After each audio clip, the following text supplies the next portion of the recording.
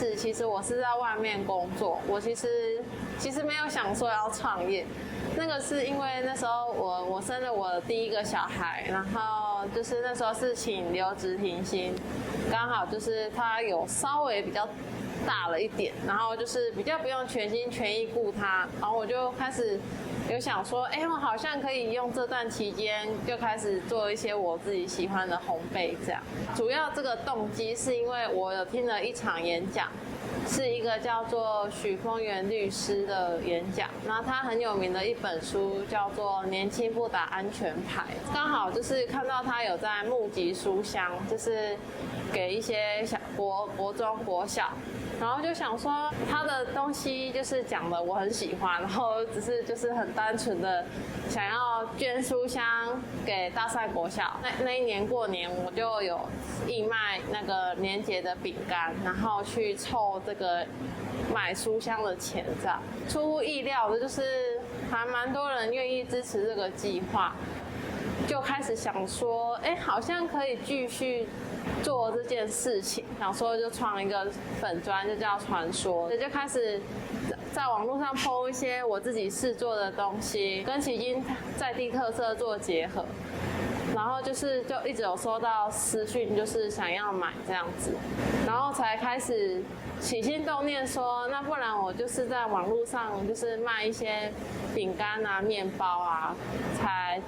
开始就是接单的。那时候就是也刚好顾小孩，然后就一面可以做这件事情。可能自己也蛮喜欢看书的，但他们其实现在学校都有在办什么爱阅奖、爱阅网。我捐的这个书好像也可以透过这个方式被同学看到。那可以说你们创业也是受一本书的启发吗？可以这样说，一本书跟一场演讲，我觉得阅读的话，好像可以增强你自己的一些想象力，跟你一些想事情的条理。如果说你没有阅读比较多的内容的话，你讲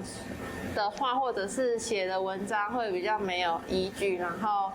就是那个丰富度会比较没有那么够，就是要平常就是要养成这个习惯，会对你以后会比较好啊。我自己上觉得想了可能快1个多月，就是因为那时候就是觉得说我们要做烘焙，然后做跟在地连结的伴手礼，然后我不想要就是取一般那种就是太可爱，因为有些那种面包店都取那种很可爱的名字，然后就觉得好像如果要做一些海味的东西，然后取那种很可爱的名字，就是很不搭。然后，所以就觉得说，好像就是要取，既然我们都要做跟这里相关的物产的结合，好像就是要取跟这边也是有结合的名字。然后那时候就想说，我觉得这边的特色就是这边的海可以看得到船，这样就是跟我去什么花莲啊，然后一些西海岸的地方看到完全不一样。就是只有这边看得到，就是船一艘一艘在那边排队要进港，然后这边也是都是有些造船厂这样，就觉得如果要我形容的话，对旗津的印象就是可以看得到船的地方，然后所以才想说要取这个名字。我觉得说就是因为既然开在这里了，然后就是如果只是做一般面包店有的东西，那其实大家会关注到，然后跟来这边的那个意愿一定是比较低的，因为他在市区就买得到。那如果说要让大家更愿意来旗津，一定是这边有他们在别的地方吃不到的东西。那所以我们的 slogan 就叫做就是希望大家来是可以把旗津的海味带回家这样子。对，就是延续他对这边的一些想象也好，或者是味道也好。就是我先生也很常讲啦，他觉得说就是要做到越在地越国际这样，就是让大家其实不只是台湾人，就是期望说是可能连外国人也会有兴趣啊。在外面那个明太子，它也是用那种就是生的明太子的卵，就是加一些调味料，然后就抹在上面就去烤，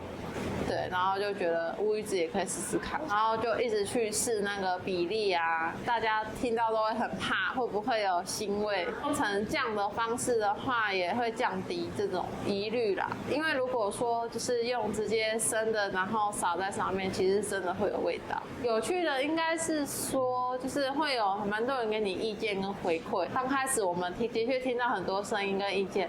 就是虚心的去接受它。这就是有一个姐姐，她就来付钱，她就买了2个菠萝，然后就跟我说就是100块，然后明天她才要来拿这样。然后那个姐姐就说觉得我们在这边就生意不好做，希望我们要加油这样子。然后她就跟我加油加油，然后她就拜拜了。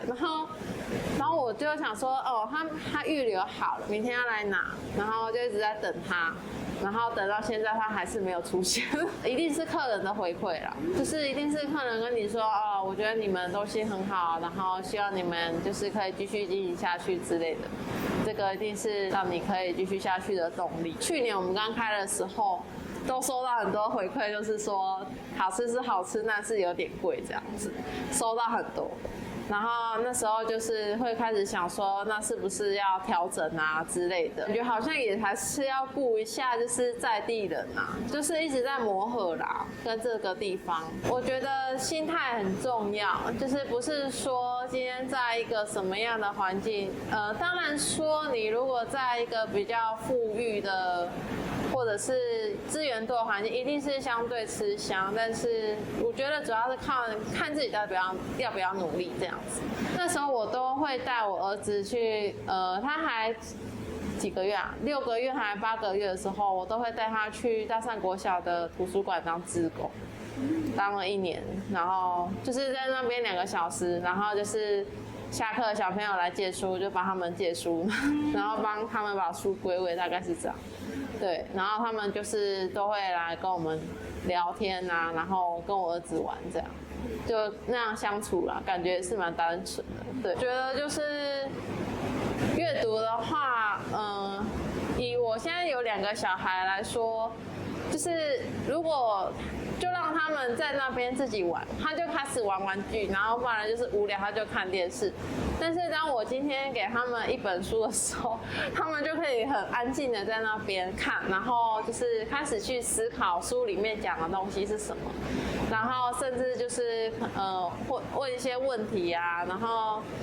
他自己也会开始去想一些答案啊，然后主要是可以静下心来，很专注在一件事情。可能资讯量太多了，你如果一直看别人的东西，反而你自己思考的时间变少了。对，我觉得阅读的话，你反而可以就是专注在一个东西上面。